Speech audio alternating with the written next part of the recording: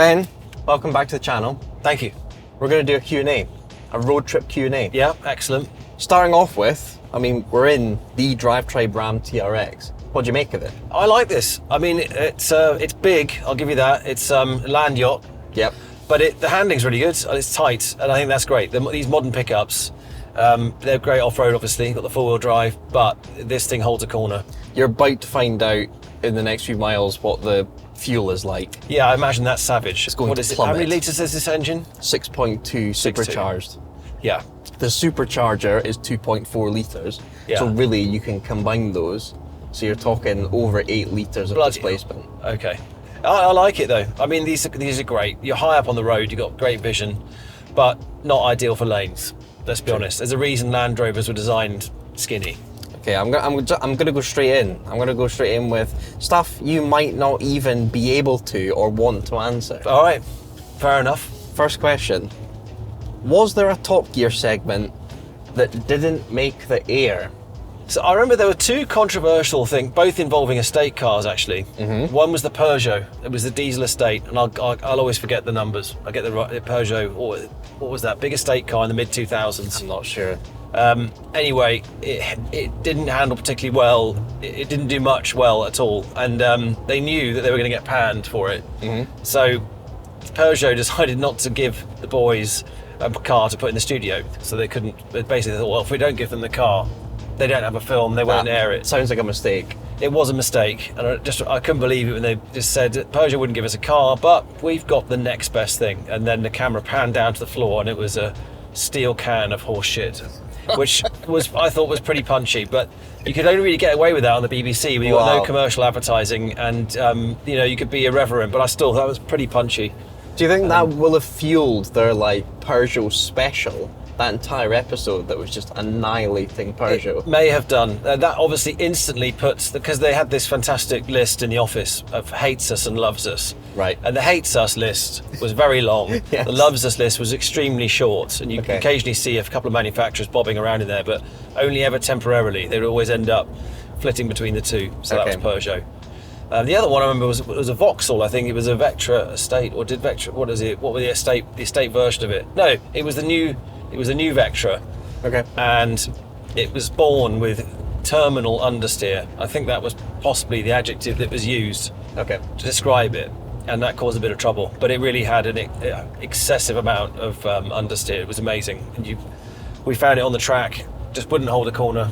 And so much so that it didn't make the air. I can't remember if that partly made the air. I think they changed a bit what was released because they want to be overly negative, and there was potential ramifications with that. So we're on a Top Gear road trip right now, looking for locations, and my research for this took me to some really old school episodes, and I came across these unbelievable races where they bring in touring car drivers, and it's RVs, caravans, buses, all that stuff. Why weren't you involved in some of those races? I was.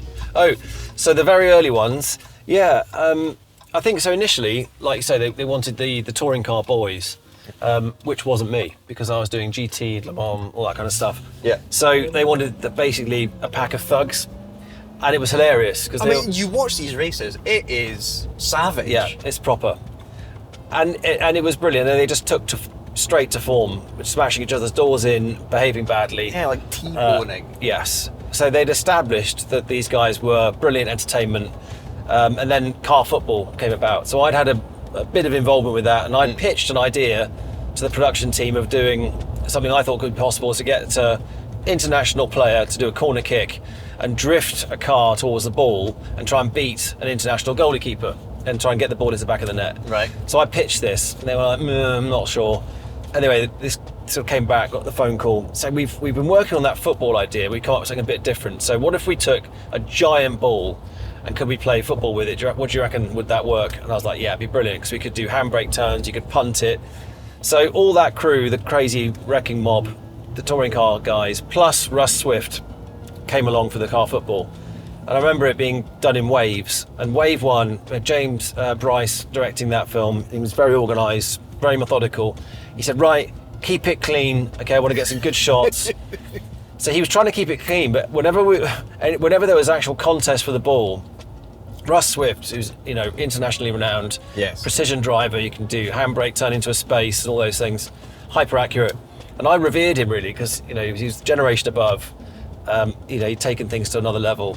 You take him out? Honestly, no. He took us out. Oh. He was absolutely. His tyres were smoking. There was smoke coming out of his ears. He had a red mist like I'd never seen before. And he was just like a terrier. Whenever the ball was there, he'd just be in. So by the time James was saying, right, it's all bets are off, just you can do what you want, Russ was already fully lit. So what was your final Top Gear shoot? Last shoot was, I think, was a studio day. So we do all the pre-records, so you get those videos lined up, whether it's the Turin to London race or whatever, or touring car. Yep. But then we do the season shoot, which would be in studio, so like 5 or 6 or 7 weeks, every Wednesday on the trot, and then it would come out on a Sunday. They bring all the films together. So my last shoot was a studio on a Wednesday with Tom Cruise and Cameron Diaz. Cool. And we had the Bugatti Veyron Super Sport, which was epic, 1200 horsepower. And do you wish you'd had your sort of Michael Schumacher helmet coming off moment? Do you wish that had happened and had a face on Top Gear? That could have been really cool. That would have been a cool way to do it, and but it didn't go that way. So I talked to my boss, Andy Wilman, and explained I was going to leave at the end of that series. So I finished the series out, and then it was down to them which way it was going to go. And in the end, it went, unfortunately, went the legal route, which was pretty painful. But that ended up taking on its own sort of melodrama. But at the time, it was pretty scary and very real. But yeah, it would have been nice. But actually, seeing Schumacher do his bit was fantastic, and having him there for the day was amazing. And I didn't know what was happening until I got there. Did you get to chat to him much? Yeah, I did. Got to hang out with him. We were both there in our Stig suits, which felt very strange. Yeah. Did you ever think about doing a lap in the reasonably priced car? So I think he wouldn't do it, is what I was told. He refused. Okay. Probably sensibly. Doesn't need to, right? Didn't need to, but then do any of the F1 drivers need to do it? So I think a lot of guys just jumped in and thought, oh, well, they can drive the wheels off anything. This will be no different. But Vettel, for instance, brought a tyre, pressure gauge to check it out, because actually these were not looked after by Formula One team. They'd have the wheels driven off them, and they get put away. They never checked the tyres. They never looked at the tyre pressures. So you could easily go out in something that was ill prepared, and then be a second off the pace. Yeah. So Vettel took it quite seriously, and Schumacher just looked, oh no, that's not for me. I'll drive my FXX round, thanks. Sure. And thanks to my unbelievable kindness, you actually reunited with your courtroom buddy not too long ago. You went to the premiere of the film that you drove in, Ferrari, with Mr. Wilman. You did. Thanks to me. Thank you. No, I appreciate it. I mean, I worked on the movie, but you got me the invite to the premiere, which was great. PRs had no clue who you are, so I was like, you should actually look into this guy. Thanks, He's quite good. I appreciate it. Yeah, it was really fun. And do you know what, Wilman, because he's, it was funny. We're going down the red carpet, and people were getting their autograph books out. Oh, maybe somebody might, no, they wanted to talk to Andy, which is great. So he was there signing autographs and all that kind of stuff, which is awesome, because a lot of people know he was the mastermind behind Top Gear, up with the boys as well. But he, all the backroom work, the long hours, the editing, that was all Wilman, and without him, there would not have been a show. I mean, he was such a creative force behind the format, the planning, managing everybody's egos, getting things, get the show on the road, getting the team together that could put it in place. Yeah. The critical timings and everything. I honestly don't know how he did it. So we're on a road trip, and when it comes to these things, I need to be quite careful, because I reckon I've got some sort of undiagnosed IBS or something along those lines. And it crossed my mind on the way here. That's not going to reveal itself during this road trip, I'm okay just now. A heated seat can actually sometimes trigger it. Why don't you turn that off? Put the cooler on. Stay cozy. Right. It got me thinking, what happens if you're a member of the crew on a big Top Gear shoot and you have the What happens? Like, if you've got the full-on skits, you have virtually zero control, every couple of minutes you need a loo, I'd be really scared, because you'd be holding up this like multi-million-pound shoot because Sonny Boy's in the shitter. Well, I don't know. I've never taken a day off work for being sick, and you're pretty solid in there, yeah. Well, I remember I had gastric flu once, and there was rehearsals for Top Gear Live. So they were, they got everyone together, and we were doing rehearsals up at Birmingham NEC. So those rehearsals were quite critical. Those stunt sequences were in a tight arena, sort of surrounded by concrete. So you had to be very, very accurate. And we'd be skating around in things like Ferraris or rage buggies or whatever it was that a manufacturer had supplied. And if you got it wrong, you poke it straight into the concrete, and you'd be doing it in front of 3,000 people. Yep. So you look like a complete tit, which you don't want to do. And there's a lot of choreography. And then with some of them, they're also down to the second. You had to match what the cars were doing with a film or something. So anyway, everybody was there, and I've been hired to do that job, and this was the rehearsal, and I had to do it. So I went a lot. I felt like absolute death. It's like clenching your arm the whole time. But adrenaline is amazing. So the adrenaline Sure. does tend to pinch things up, and I was determined to do it. So that was that, and just took a bit of air occasionally to try and keep my stomach in order. I genuinely think I'd get fired because they'd be like, right, everyone ready to go, right, and where's Mike? You'd just be atomizing everywhere. Yeah. What YouTubers do you watch just in your spare time, or do you even do that? Do you actually tune in to YouTube just to have a watch?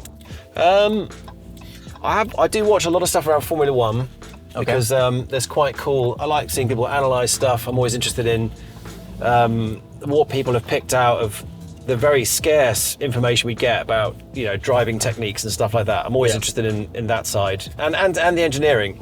So that's really interesting, and obviously for research as well. So I did a ton of research for some of the things I've been doing recently, things about Senna, things about Andy Green, and so you end up on YouTube for that as a research tool. It's become like the new Google, isn't it? You go and look up a video. I've really enjoyed your recent videos. That Senna one you brought up. Oh, cheers. And the channel's going well. It's going well. Yeah. And I've learned loads from watching your stuff. And there's some really good. Auto Alex is good fun. Yep. Mark McCann. We're going to finish off something deep. It's kind of two questions in one. One of them is there anything that you regret with regards to your career? / what would you say to 18-year-old Ben Collins? They might be the same thing or completely different. I think the fundamental question is, do you believe in regret?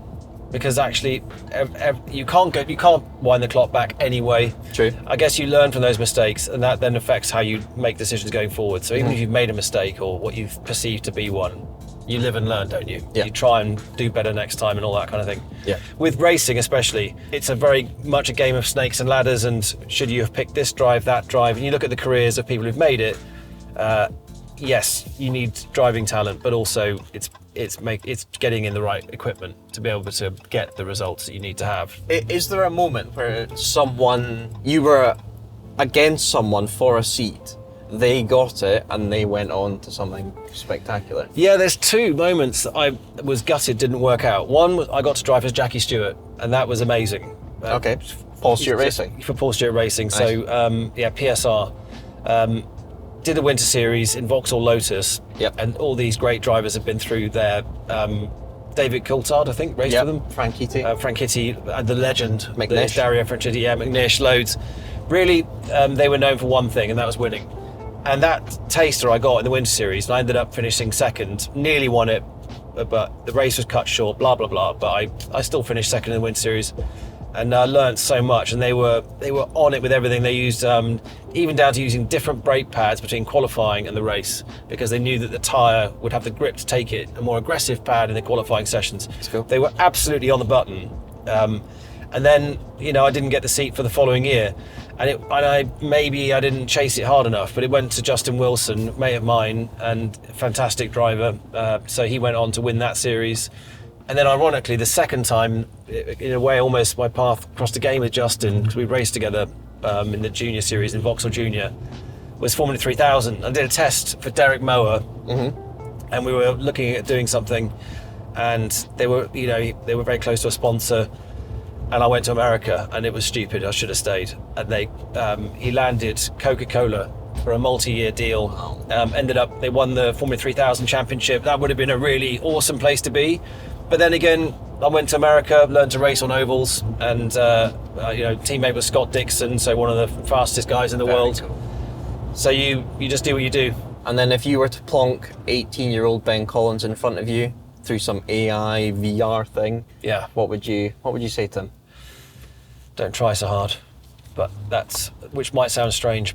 I think I came into racing very late. I was so desperate to make up for lost time, and I think probably was in too much of a rush. So I think that's perhaps true of lots of people when they're young, but I mean, mine was kind of hilarious, really. I mean, I wrote off 3 cars in my first season, and did moderate things a bit as I went on. But it's really particularly like things like motorsport, golf, tennis. There is a physical element to it, but mostly it's understanding your own strengths and weaknesses and how to moderate your enthusiasm or find out where your personality will burst out when you don't want it to. Okay, and I feel like I've seen a bit of footage of you potentially trying too hard, which is, I think, at Rockingham. Oh yeah. Are you coming off the banking and there's a bit of a chicane, and you see these F3 cars, I think, coming through, and they are smashing through it, and then I gather it's you come through it and you properly get airborne through the chicanes. Yeah, I was always pretty good in fast corners, and I'd found a really good line through the chicane. They called it the chicane, but it was a 135 mile an hour corner. So we were coming off the oval, and it was they got the format of this corner a bit wrong. So the curbs were quite high, but there was a moment you could basically, the high point of the curb, you could kind of fit it between the wheel and the tub and just about get away with it. But I must have caught the floor. It just kissed it just wrong, and you were going to get air, each time you hit that curb, it was going to fly slightly, but sort of 3 or 4 inches. Anyway, it went fully up. It actually went so far on its back, it shaved down the gearbox, and you landed with a massive thump, broke the tub, and broke one of the suspension joints at the front. Was that one of your 3 crashes, or was that further down the line? I wouldn't qualify that as a crash, because I still finished. Just a bit of a skid. It was a hop and a skip. With a concussion. Hurt. It did. I was concussed. I didn't realise it till the end of the race because you're just so focused. Yeah. But at the end, when the adrenaline stops, you're like, oh, I feel a bit dizzy and all that stuff. You realise you've been getting a whack. But yeah, the car didn't like it much either. Well, there you go. Life advice from Ben Collins. There you Don't try too hard. Yeah. Keep it smooth. Everyone, make sure to subscribe to Ben's own channel, Ben Collins Drives. It's doing very well. And yeah, thanks again, Ben, for coming on the channel. Thanks for having me, and hopefully your stomach will make the journey.